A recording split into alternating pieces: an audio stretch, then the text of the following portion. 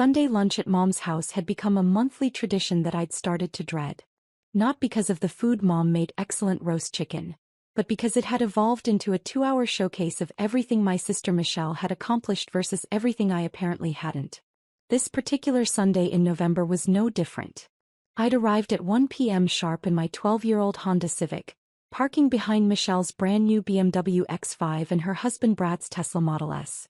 The driveway looked like a luxury car commercial, except for my dented sedan that had seen better decades. "There's our little penny pincher," Michelle announced as I walked through the door, her voice carrying that particular tone of sisterly affection mixed with condescension that I'd grown accustomed to over the years. Mom greeted me with a hug and the usual worried expression. "Rachel, honey, you look tired. Are you eating enough? I worry about you trying to make ends meet on that tiny salary." "I'm fine, Mom," I replied, hanging my coat in the closet next to Brad's $3,000 designer jacket and Michelle's collection of designer purses that probably cost more than most people's monthly rent. The living room was its usual stage for Michelle's success story. Brad was sprawled on the leather sectional, scrolling through his phone and occasionally chiming in about his latest real estate ventures. Michelle was curled up in the armchair, wearing what I recognized as a $400 sweater, discussing her promotion to senior marketing director at the advertising firm where she'd worked for 6 years. "So the Peterson account alone is worth $2.3 million annually," she was telling Mom as I settled onto the couch. "They specifically requested me to handle it because of my track record with luxury brands." "That's wonderful, sweetheart," Mom beamed. "What about you, Rachel? How are things at your... What is it you do again?" This was the question I'd been dreading. For the past 8 years I'd been deliberately vague about my work, partly because it was complicated to explain and partly because I'd grown tired of the skeptical looks whenever I tried to describe what I actually did. "I work in financial services," I said, which was technically true. "Still at that little credit union?" Michelle asked, not looking up from her phone. "That's sweet. It's nice that you found something stable even if it doesn't pay much." I didn't bother correcting her assumption. 8 years ago, when I'd first started working in finance, I had indeed worked at a credit union for exactly 6 months, while I was learning the business from the ground up and building relationships with potential investors. But explaining that I'd since founded Cascade Capital Management, one of the most successful private equity firms on the West Coast, seemed pointless when my family had already decided I was struggling financially. "The important thing is that you're making ends meet," Brad added helpfully, finally looking up from his phone. "Not everyone needs to be wealthy to be happy." This from a man whose idea of financial struggle was having to choose between the Mercedes and the Porsche for his weekend car. Lunch was served in the dining room, where the conversation continued its predictable pattern. Michelle and Brad discussed their recent vacation to Italy, their plans to renovate their kitchen, and Brad's latest real estate investment, a commercial property in downtown Seattle that he was converting into luxury condos. "The construction loan alone is $4.2 million, Brad said, cutting into his roast chicken with obvious satisfaction. "But the projected returns are incredible. We're looking at 8-figure profits when the units sell." "That's amazing," Mom said, clearly impressed. "You two are just so good with money." Michelle smiled modestly. "Brad has such a good eye for investments. The property was actually in foreclosure. Some family business that couldn't make their mortgage payments. We got it for 60 cents on the dollar." I continued eating quietly, trying not to think about the fact that I'd probably financed Brad's construction loan through one of my fund's real estate investment vehicles. Cascade Capital managed $8.3 billion in assets, and commercial real estate was one of our primary focuses. The odds that his project was funded by my money were actually quite high. "What about you, Rachel?" Brad asked, apparently feeling generous enough to include me in the conversation. "Any big financial plans? Maybe saving up for a new car?" He glanced toward the window where my Honda was visible in the driveway. "The car runs fine," I said simply. "Well, that's practical," Michelle said, though her tone suggested she found my practicality rather sad. "Though at some point you might want to consider an upgrade. Image matters, especially if you want to advance in your career." "My career is going well," I replied. "Is it though?" Michelle set down her fork and fixed me with the kind of concerned look usually reserved for interventions. "Rachel, I say this because I love you, but you've been working at the same level for years. You're 34 years old, still driving a car from 2011, Still living in that tiny apartment, still shopping at discount stores. There's nothing wrong with being frugal, Mom said gently, though her tone suggested she agreed with Michelle's assessment. Frugal is one thing, Michelle continued, but at some point you have to invest in yourself if you want to get ahead. Look at Brad and me, we spent money on the right clothes, the right car, the right connections. That's how you signal to people that you're successful. Brad nodded sagely.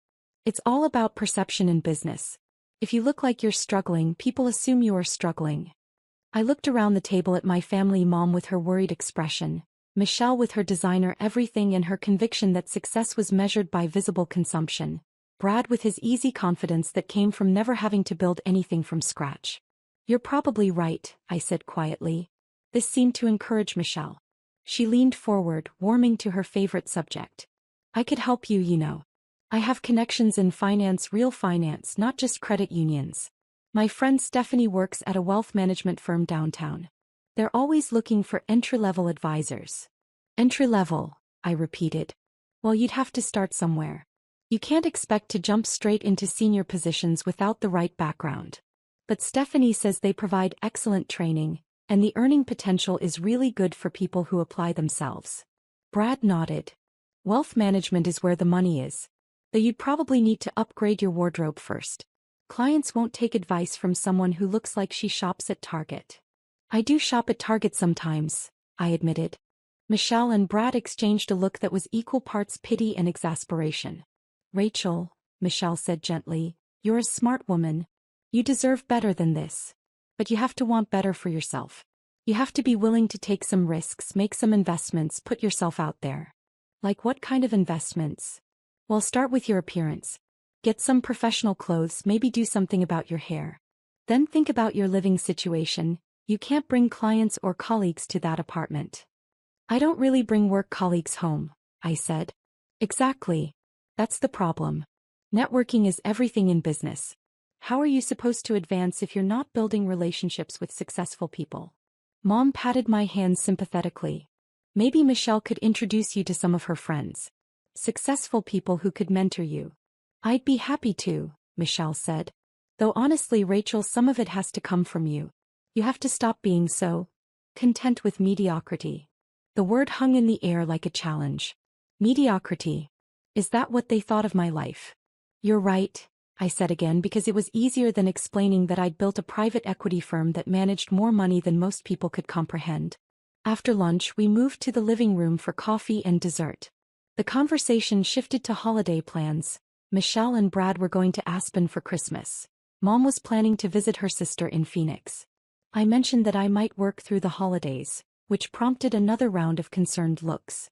You work too much for too little money, Michelle observed. That's not sustainable, Rachel. You're going to burn out. The problem is she doesn't have anything to show for all that work, Brad added. If you're going to put in long hours, at least make sure you're compensated properly. Maybe it's time to consider a career change, Mom suggested gently. Something with more growth potential. I was about to respond when my phone buzzed with a text from my assistant. Chin Industries deal closed successfully. $340 million acquisition finalized. Congratulations. I glanced at the message and put my phone away, but Michelle had noticed the interruption. Work texting you on Sunday? She asked disapprovingly. That's what I mean about boundaries. They're taking advantage of you because they know you won't push back. It's fine, I said.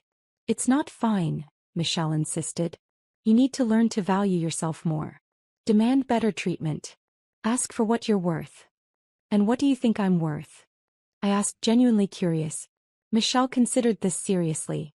Well, given your experience level and education, you should probably be making at least $60,000. Maybe $70 if you negotiate well. Brad nodded.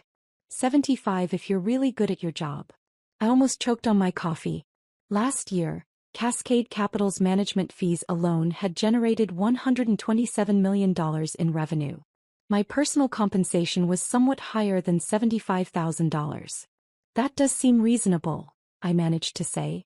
The point is, Michelle continued, you have to advocate for yourself. Nobody else is going to do it for you.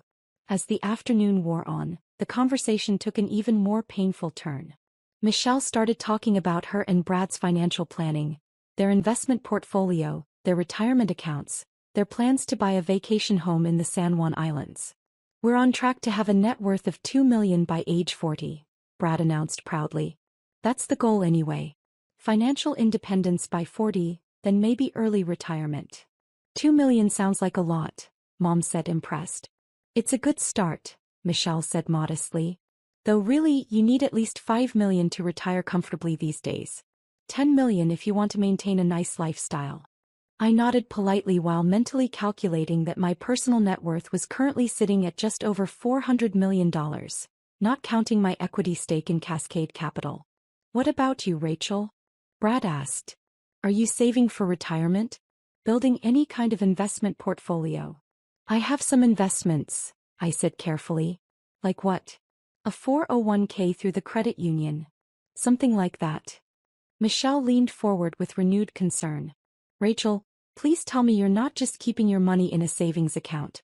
Even basic index funds would be better than that." "I know about index funds," I assured her. "Do you though?" Michelle's voice took on the patient tone of someone explaining basic concepts to a child. "Because a lot of people think they understand investing but they really don't. It's more complex than just putting money into random stocks." Brad nodded. "You should probably talk to a real financial advisor. Someone who can explain asset allocation, risk management, compound interest." "I understand compound interest," I said. "Understanding it and implementing it are two different things," Michelle replied. "Look, I don't want to lecture you, but you're 34. You should have been seriously investing for at least 10 years by now."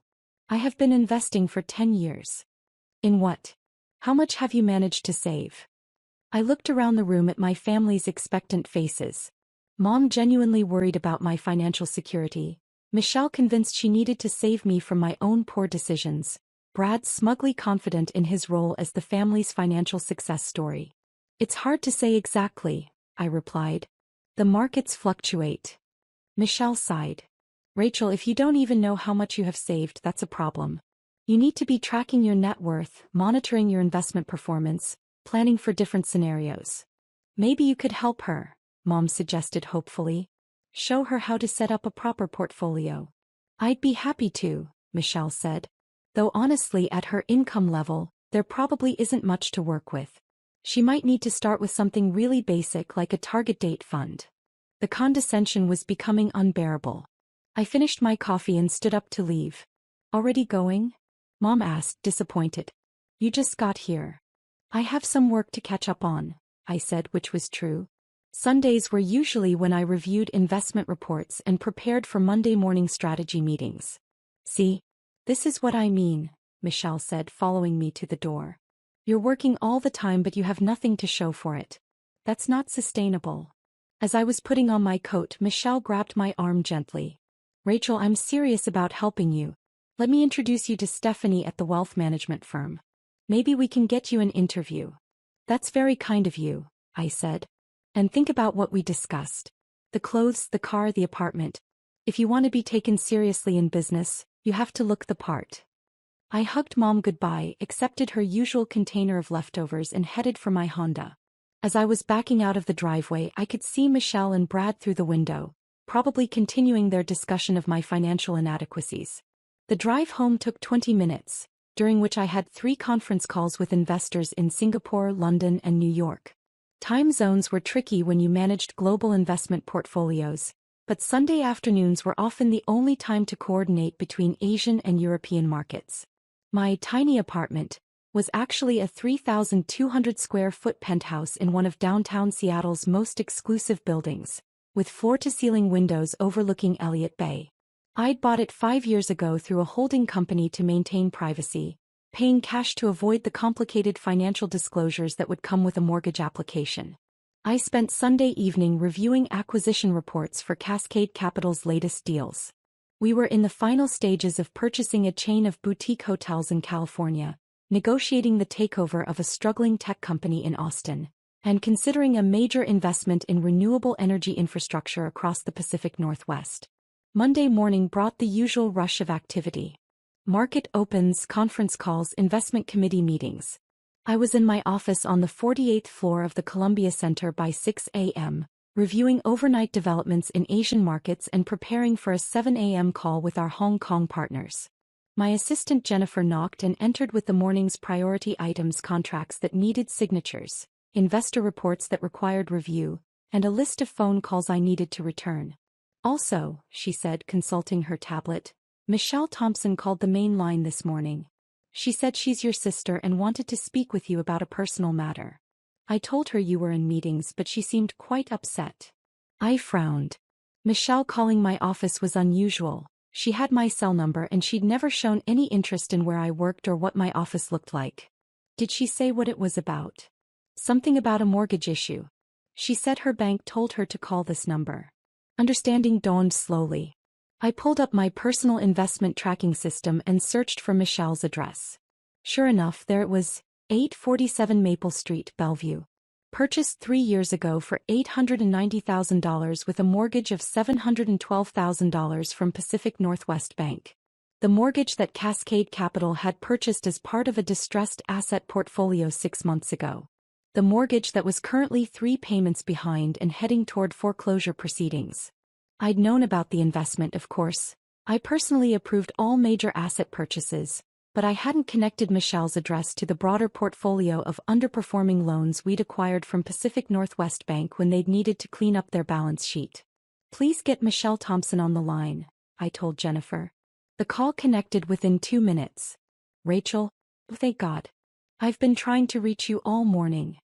Michelle's voice was strained, panicked. Something terrible is happening. Our bank says our mortgage has been sold to some investment company, and they're threatening foreclosure. Slow down, I said. What exactly did the bank tell you? They said Pacific Northwest sold our loan to something called Cascade Capital Management, and that we're behind on payments, which isn't true. We've never missed a payment. I pulled up the detailed payment history on my screen. 3 missed payments over the past 4 months, plus late fees and penalty charges. Michelle, according to the records I'm looking at, there are 3 missing payments since July. How would you know that? And why did they give me this number to call? I asked to speak to someone in charge and they said to call Cascade Capital directly. The pieces were falling into place. Michelle had called the main Cascade Capital line, given her name as Michelle Thompson, and asked to speak to someone about her mortgage. Jennifer, not making the family connection, had simply scheduled the call like any other client inquiry. Michelle, I said carefully, where exactly did you get this phone number? From Pacific Northwest Bank. They said Cascade Capital owned our mortgage now, and if we had questions we should call the owner directly. Rigo, I'm scared. They're talking about foreclosure proceedings. We could lose our house. I was staring at the mortgage file on my computer screen, Michelle Thompson and Bradley Thompson, 847 Maple Street. Original loan amount $712,000, current balance $687,000, 3 months delinquent, foreclosure proceedings authorized. Michelle, I need to ask you something. Have you and Brad actually been missing mortgage payments? No. Well, maybe we were a little late a couple times, but we always paid. Brad's been dealing with some cash flow issues on his development project, so we had to juggle some payments, but we always caught up. How late is a little late? I don't know, maybe a month or 2 sometimes. But we always paid eventually. I closed my eyes and tried to process what was happening. My sister, who had spent yesterday afternoon lecturing me about financial responsibility and the importance of building wealth, had been defaulting on her mortgage payments while buying luxury cars and planning vacation homes. Michelle, being a month or 2 late on mortgage payments is the same as missing them. The bank considers any payment more than 30 days late to be a default. But we paid them. Maybe not exactly on time, but we paid. When was your last payment? Brad handles all that. But I think it was, maybe August?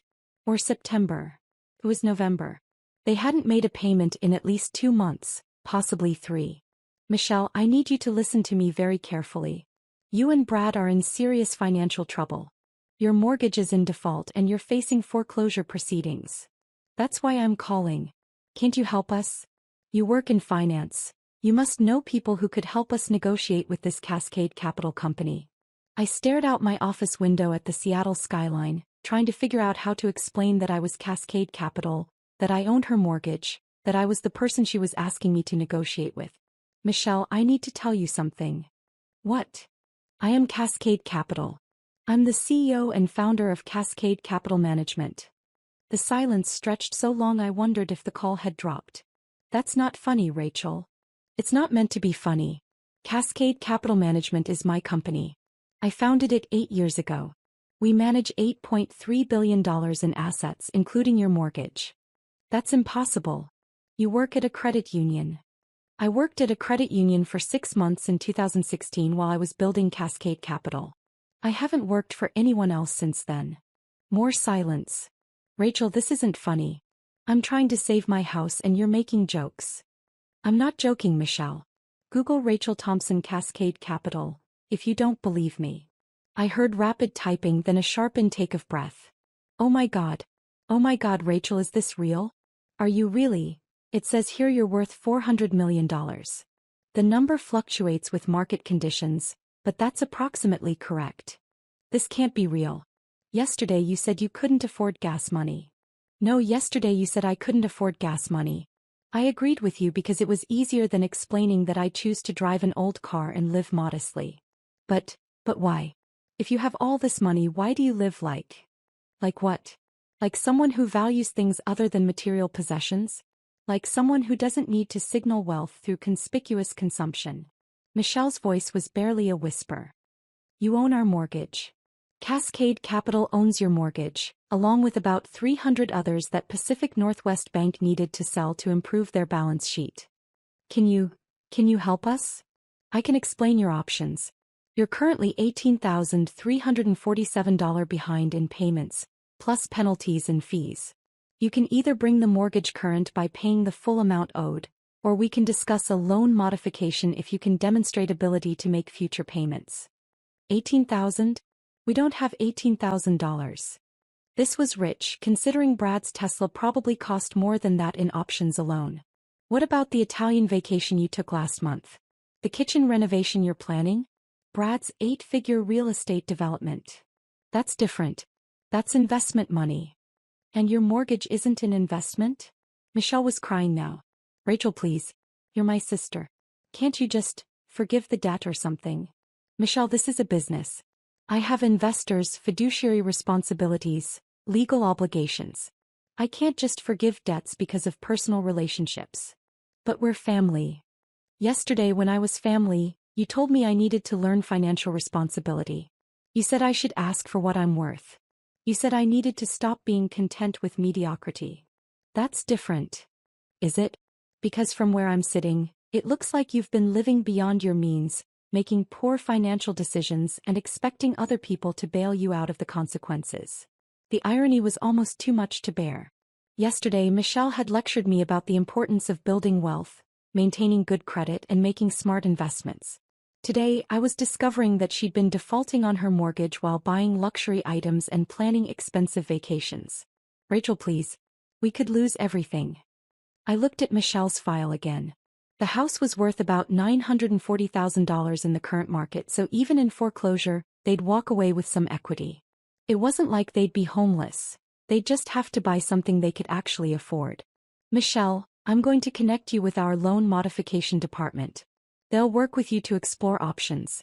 But you and Brad need to understand that this requires demonstrating genuine ability to make payments going forward.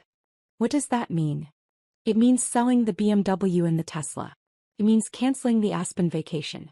It means living within your actual means instead of the lifestyle you think you deserve. We can't sell our cars. Brad needs the Tesla for his image. Clients expect successful developers to look successful. Brad's image is what got you into this mess. You can't afford the lifestyle you're trying to maintain. But what will people think? People will think you're being financially responsible instead of heading toward bankruptcy. Michelle was quiet for a long moment.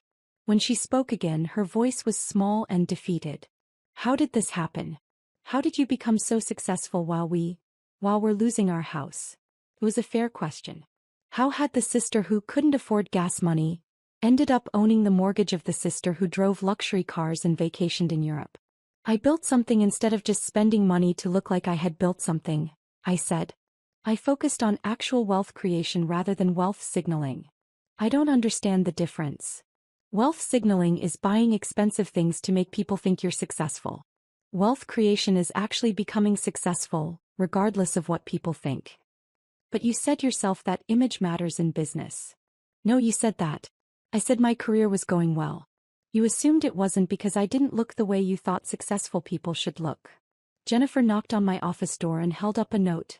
Board meeting in 10 minutes. Michelle, I have to go. I'm going to have our loan modification team call you this afternoon. They'll explain your options. Rachel, wait. Can I ask you something? What? Why didn't you tell us? Why let us think you were struggling? I considered this question while looking out at Elliott Bay, where a container ship was navigating toward the port that handled billions of dollars in trade, some of it financed by Cascade Capital Investments. Because I wanted to see if you'd love me when you thought I was unsuccessful. Turns out the answer is yes, but with a lot of condescending advice and pity. We do love you. I know. But yesterday you loved me despite thinking I was a failure. Today you'll love me because you know I'm successful. The question is, which version of love is real? After I hung up, I sat quietly in my office for a few minutes before heading to the board meeting. Outside my window, Seattle bustled with Monday morning energy.